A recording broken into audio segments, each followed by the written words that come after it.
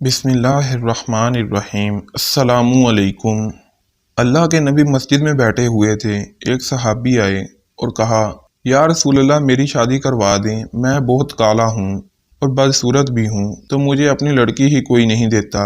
آپ نے کہا اچھا، اور پھر پوچھا کیا عمر بن وہاب بیٹھے ہیں؟ بتایا گیا نہیں، تو فرمایا عمر بن وہاب کے پاس جاؤ اور کہو مجھے اللہ کے نبی نے بھیجا ہے اور مجھے اپنی بیٹی نکاح میں دے دو۔ عمر بن وہاب کافی خوبصورت بھی تھے اور بہت مالدار بھی تھے۔ یہ اٹھے اور جا کر ان کے دروازے پر دستک دی اور کہا اللہ کے رسول کا قاصد آیا ہے، باہر آؤ۔ باہر آئے تو پوچھا کس لیے آئے ہو؟ جواب دیا اللہ کے نبی نے مجھے آپ کے پاس بھیجا ہے کہ اپنی بیٹی میرے نکاح میں دے دو۔ عمر بن وہاب نے کہا جاؤ، تجھے دوں گا اپنی بیٹی۔ وہ صحابی اسی قدموں کے ساتھ واپس آ گئے، لیکن عمر بن وہاب کی بیٹی نے ساری بات سن لی۔ بیٹی نے باپ سے کہا ابا جان، آپ نے میرے نبی کی بات کو ٹھکرایا ہے، جاؤ جا کر ہاں کر دو، کہیں ایسا نہ ہو کہ ہم تباہ و برباد ہو جائیں۔ آپ نے میری خاطر انکار کیا ہے نا، کہ میری بیٹی گزارا کیسے کرے گی؟ آپ جا کر ہاں کر دیں، میرے نبی کا حکم ہے، میں گزارا کر لوں گی۔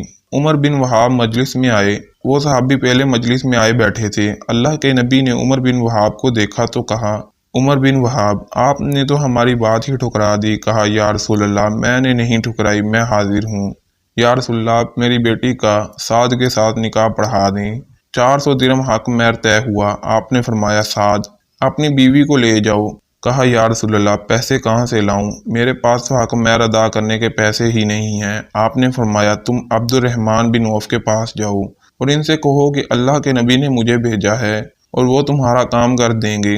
عبد الرحمن بن عوف وہ صحابی تھے جن کو دنیا میں ہی جنت کی بشارت دے دی گئی تھی۔ سعد ان کے پاس گئے، اللہ کے نبی کا پیغام دیا تو انہوں نے رقم کا بندوبست کر دیا اور 400 درہم سے زیادہ پیسے جمع ہو گئے۔ سعد نے سوچا 400 درہم تو بیوی کو حق مہر دوں گا، باقی میں بیوی کے لیے کچھ تحائف لے لیتا ہوں، اور وہ بازار چلے گئے۔ بازار میں داخل ہوئے تو اتنے میں اعلان ہوا کہ مدینے میں کچھ بدوؤں نے حملہ کر دیا ہے۔ جیسے ان کے کان میں آواز پڑی کہ مسلمان آؤ دفاع کرنے کے لیے، تو بیوی کے تحائف کا خیال ترک کر دیا۔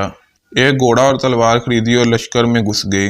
لڑتے لڑتے ان کا گھوڑا زخمی ہو کر نیچے گرا اور بدو نے ان پر حملہ کر دیا۔ اچانک دور سے اللہ کے نبی کی سعد پر نظر پڑی۔ تب تک سعد رضی اللہ تعالی عنہ شہید ہو چکے تھے۔ اللہ کے نبی نے سعد کے سر کو اپنی جولی مبارک میں رکھ لیا اور آپ کی آنکھوں سے نکل کر سعد کے چہرے پر پڑ رہے تھے۔ اللہ کے نبی پیار سے کہنے لگے سعد تو کتنا پیارا ہے، تو کتنا خوبصورت ہے، تو کتنا خوشبودار ہے۔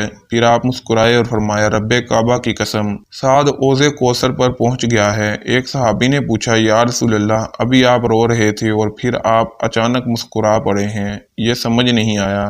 اللہ کے نبی نے فرمایا میں رو سعد کی جدائی میں رہا تھا اور مسکرایا اس لیے کہ مجھے سعد کی جنت میں عالی شان محلات نظر آ رہی ہیں۔